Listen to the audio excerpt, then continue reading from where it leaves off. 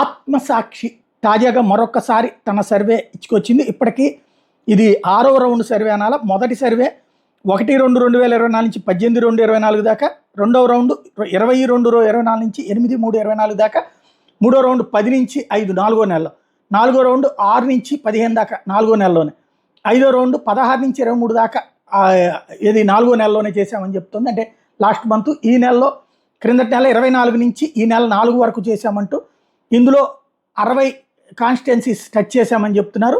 50% in 5th and 6th rounds చేశామని చెప్తున్నారు.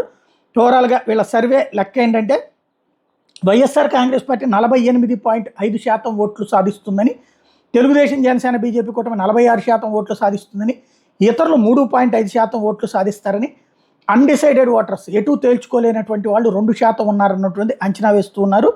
ఇందులో ఏదైతే సైలెంట్ ఫ్యాక్టర్ 2% అన్నటువంటిది ప్రధానంగా ఇది ఒక ఎత్తు. అట్లాగే ఇక సీట్ల పరంగా projection of assembly constituencies for parties in Andhra Pradesh చూస్తే, యాజ్ ఆన్ 4/5/2024 లాస్ట్ మంత్లో వచ్చినప్పుడు 95 వైఎస్ఆర్ కాంగ్రెస్ పార్టీకి, ఇది 4/5 మొన్న 4వ తారీఖుకి, 54 టీడీపీ అలయన్స్కి, ఇతరులకి 26 అన్నటువంటిది అంచనా వేశారు.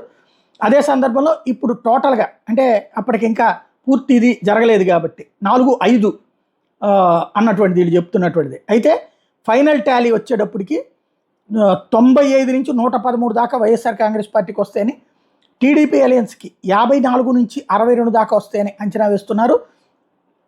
ఇందులో వచ్చేటప్పటికి సరే వీళ్ళు ఎవరు చేశారు ఇదంతా లెక్కలు చెప్తూ ఉన్నారు.